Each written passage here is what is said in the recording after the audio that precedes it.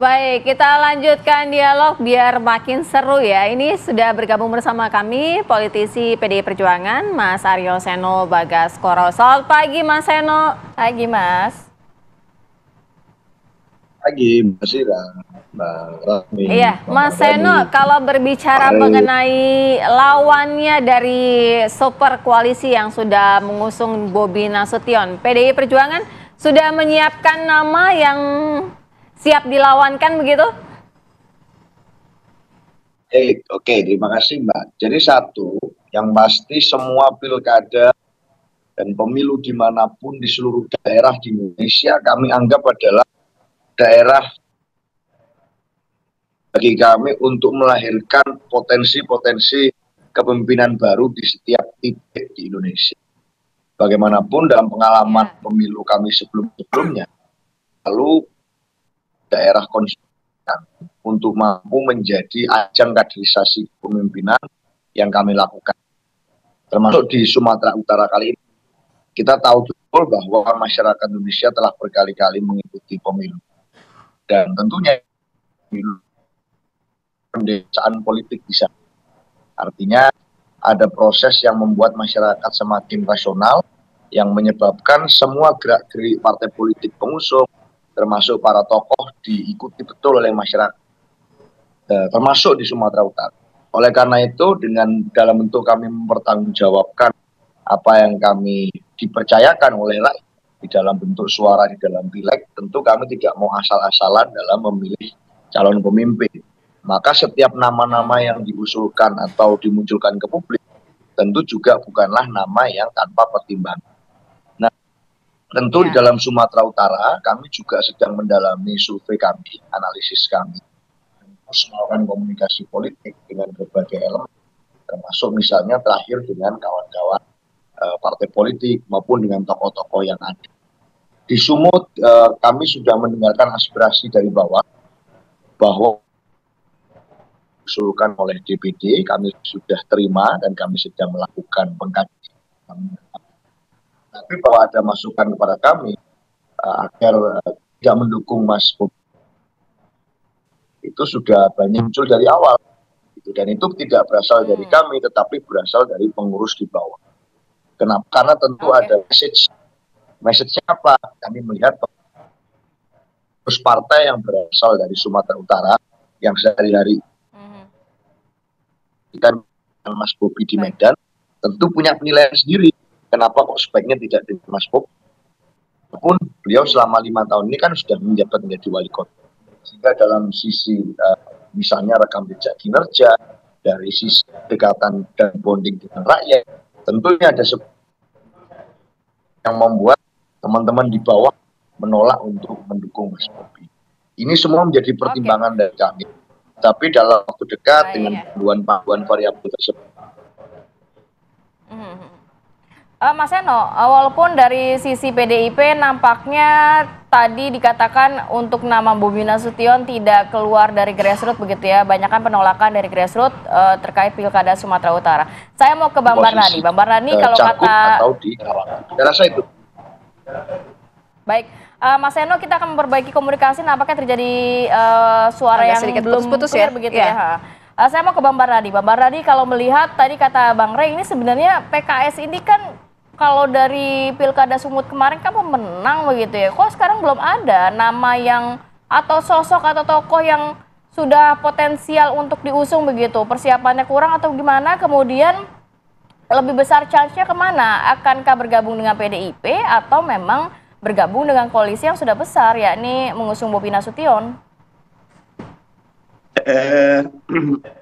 Mbak Rati, kemarin 10 Juli kawan-kawan PDIP Mas Seno datang ke PKS dan suasananya sangat sejuk, nyambung hatinya, dan seperti ada semangat siap untuk berkoalisi bersama. Dan ini yang kita bangun dengan banyak partai, karena dengan 10 kursi PKS, sementara teman-teman PDIP ada di 21 kursi, Golkar di 22 kursi, tentu ini memang menarik. Dan kami seperti tadi Mas Seno bilang, karena pendaftarannya tanggal 27 Agustus, kita terus cermati.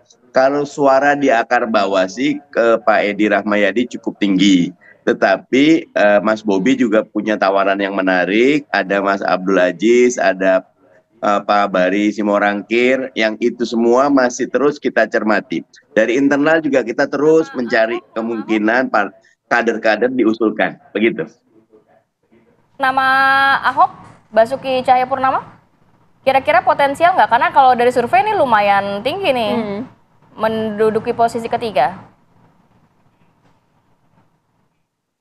Tentu kita menunggu teman-teman PDIP karena Pak Ahok adalah kadernya Mas Seno. Tentu kalau Mas Seno mengajukan akan sangat kita pertimbangkan karena tentu sekarang karena pendaftaran, setahu saya pendaftaran jalur independen sudah tertutup. Sekarang kita tunggu calon dari parpol. Nah, parpol yang sudah punya kursi untuk menggenapi atau untuk memperkuat, kita siap selalu berkomunikasi.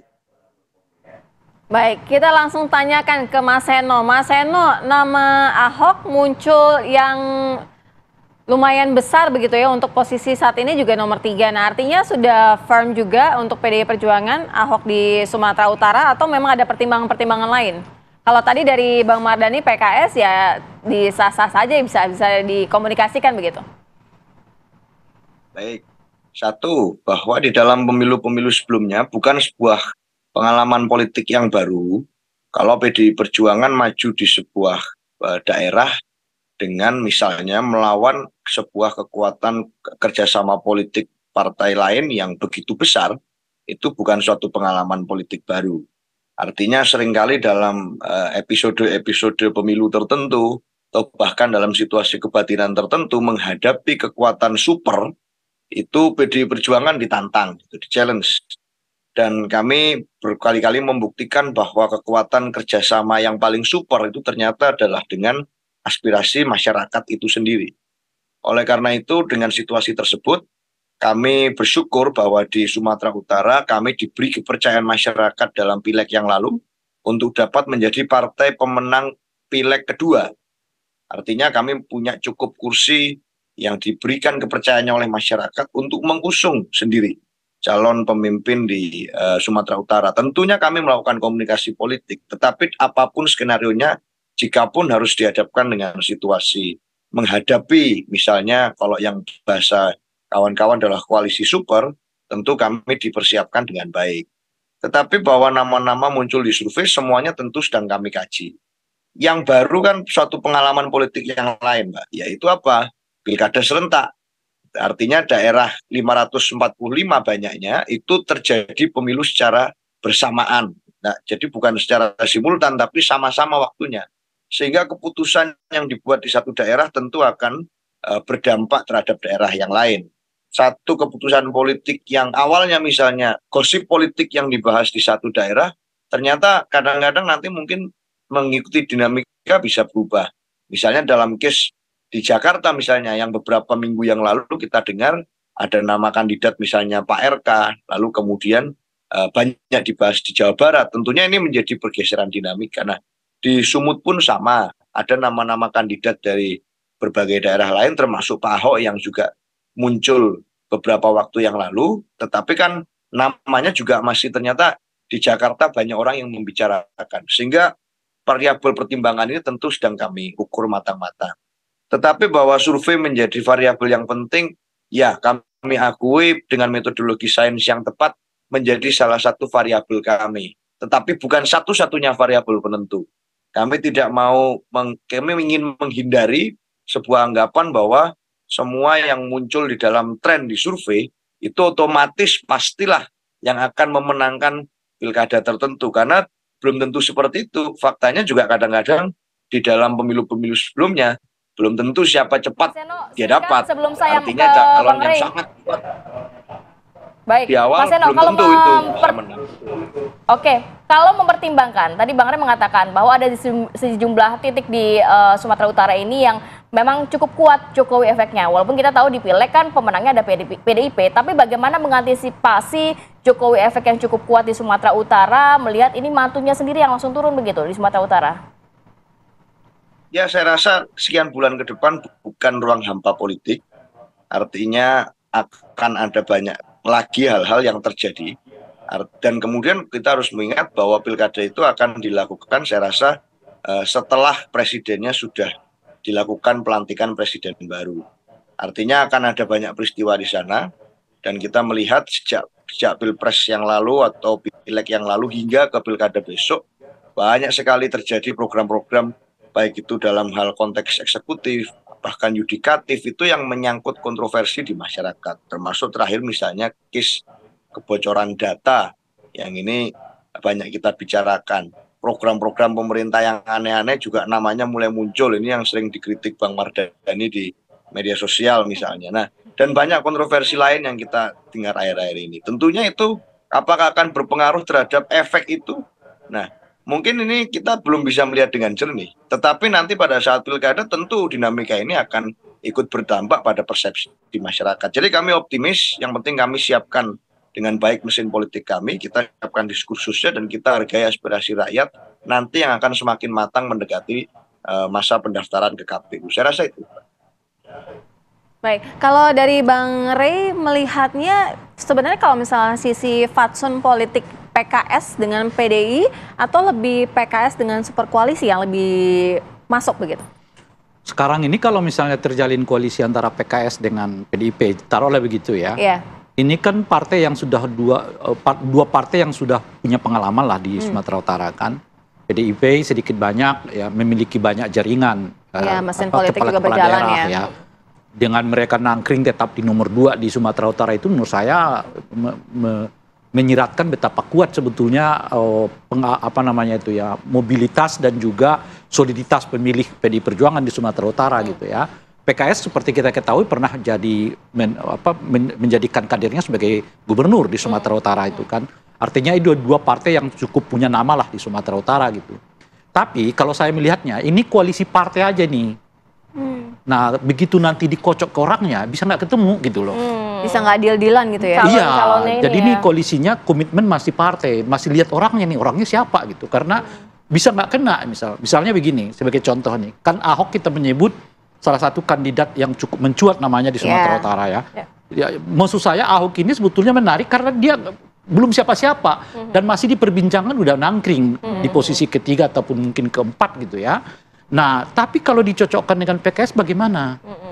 Bisa nggak PKS terima figurnya Ahok yang menjadi lawan mereka dengan sangat keras di Pilkada Jakarta? Meskipun kalau kita lihat fenomena di Pilkada 2024 ini, misalnya perseteruan berdasarkan identitas itu relatif agak mengecil kan. Misalnya PDI Perjuangan dengan Anies di Jakarta itu agak bisa ketemu, meskipun belum kelihatan gitu. Tapi apakah mungkin PKS mau terima Ahok di Sumatera Utara, misalnya begitu kan? Kalau misalnya figurnya ada Ahok. Seperti Edi Rahmayadi yang dua-duanya. Kan Edi Rahmayadi bisa jadi calonkan oleh PKS. Kan posisinya itu kan kemudian kalau Edi yang masuk, Ahok nggak mungkin masuk. Karena mantan gubernur nggak boleh jadi wakil gubernur kan. Gitu. Jadi pilihannya Edi apa Ahok gitu. Nah sekarang kalau misalnya pasangannya Ahok, inilah ya. Iya, misalnya kalau Ahok, nah siapa bisa nggak diterima oleh PKS misalnya jadi begitu wakilnya, kan. Nah itu satu. Nah yang kedua adalah saya juga masih mikir nih, apa betul Ahok ini akan dicalonkan PDI di Sumatera Utara selain karena mungkin PKS masih mempertimbang dengan keras menerima figur Ahok gitu ya. Tapi saat yang bersamaan kalau Kaesang akhirnya nggak maju di Jakarta, ke Jawa Tengah, tapi ke Jawa Tengah, Ahok sangat mungkin dicalonkan PDI Perjuangan di Jakarta lagi gitu loh. Jadi figur Ahok ini justru jauh lebih kuat di Jakarta ketimbang di Sumatera Utara gitu kan. Nah asal Kaesang nggak masuk. Dan selalu saya mengatakan kita lihat deh pertanggal 15 Juli gitu ya. Kalau sampai 15 artinya berapa? 5 hari lagi lah ya. Nah, sekarang udah 10 nih ya.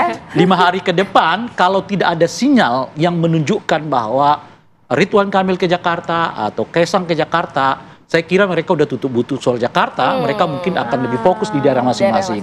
Jadi RK di Jawa Barat, sementara Kaesang mungkin di Jawa Tengah. Itu artinya Ahok potensial untuk naik. Kansnya justru Jakarta Kansnya ya? sangat besar gitu. Nah, oleh karena itu pertanyaan di Sumatera Utara siapa? Bisa, disinilah pintunya Edi mungkin naik gitu. Jadi Edi naik ya, nah tinggal nanti dicari calonnya siapa? Apakah dari PKS, apakah nanti dari PDI Perjuangan gitu. Nanti kita akan sambung lagi di segmen berikutnya ya. Tapi kita juga terus menghubungi Bang Ahmad Riza Patria dari Gerindra untuk bisa bergabung bersama kami. Kita akan lanjutkan perbincangan saat lagi tetap bersama kami.